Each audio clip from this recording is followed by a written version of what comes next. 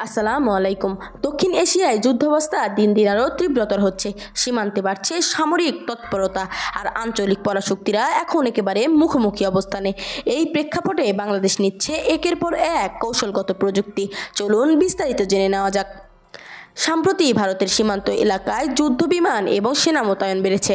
পাকিস্তানও দিয়েছে পাল্টা প্রতিক্রিয়া।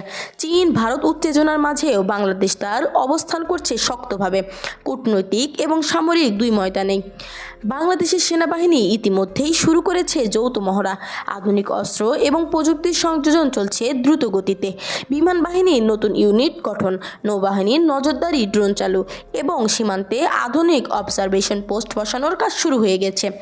সরকারি সূত্রে জানা গেছে একটি নতুন নিরাপত্তা পরিকল্পনা গৃহীত হয়েছে, যেখানে সাইবার প্রতিরক্ষা থেকে শুরু করে ভূখণ্ড নিরাপত্তা পর্যন্ত সবকিছুর ওপর জোর দেওয়া হচ্ছে। আন্তর্জাতিক মিত্রদের সঙ্গেও চলছে কৌশলগত আলোচনা। আঞ্চলিক উত্তেজনার মাঝেও বাংলাদেশ তার নিরাপত্তাকে সর্বোচ্চ অগ্রাধিকার দিচ্ছে। আমরা পর্যবেক্ষণ করছি সর্বশেষ পরিস্থিতি। নতুন খবরের জন্য চোখ রাখুন আমাদের পরবর্তী বুলেটিনে। এই ধরনের নিত্য নতুন তথ্য পেতে আমাদের চ্যানেলটি সাবস্ক্রাইব করে পাশে থাকা বেল আইকনটি অন করে দিবেন। ধন্যবাদ সবাইকে।